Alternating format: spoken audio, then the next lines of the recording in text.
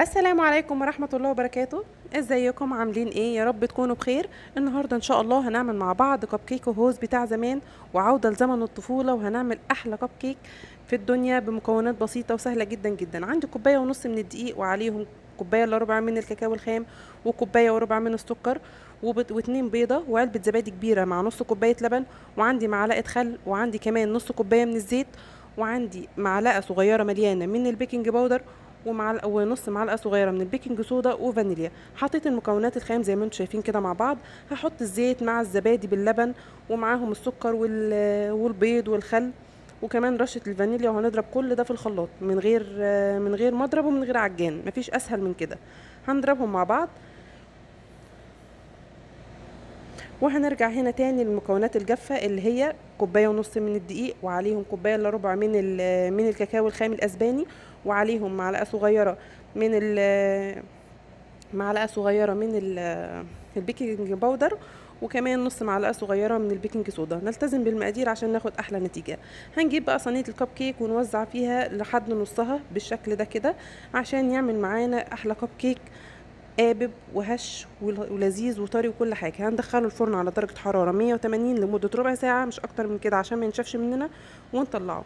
شايفين هش قد ايه وطري قد ايه؟ نركنه على جنب ونكمل بقيه الكميه ونعمل هنا الكريمه. عندي نص كوبايه من الكريم الخام، وعليهم ربع كوبايه من السكر، وكمان نص كوبايه من اللبن البارد او الميه البارده. نضربهم مع بعض وخلاص كده كريمه الحشو بقت جاهزه معانا.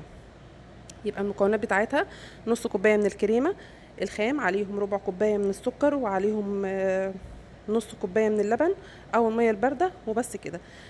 طريقه الجناش: هنجيب نص كوبايه من الشوكولاته، وعليهم ربع كوبايه من اللبن السخن زي ما انتم شايفين كده. ما نزودش اللبن عن كده عشان ما تسيلش معانا، ولما نحطها على الكب كيك ما تنزلش مننا. هنا بقى الكب كيك بتاعي خلص. انا عملت 21 واحده بالمقدار اللي انتوا شفتوه ده. انا هنا بوريها لكم قد ايه هي هشه وطريه وزي الاسفنجه. هجيب بقى المقوار بتاعي بتاع البتنجان العادي اللي في كل بيت ده، وابدا اعمل فتحات في النص. وطبعا مش هنرمي القلب ده لاننا لسه هنحتاجه. هعمل الكميه كلها بنفس الطريقه، ونجيب الكريمه اللي احنا جهزناها ونبدا نحشيه من النص بالشكل ده كده. بعد ما احشيه كله هبدا اجيب القلب اللي احنا كنا شايلينه على جنب، ونغطي بيه الفتحات كلها اللي احنا عملناها بتاعه الكريمه بالشكل ده كده. خلاص.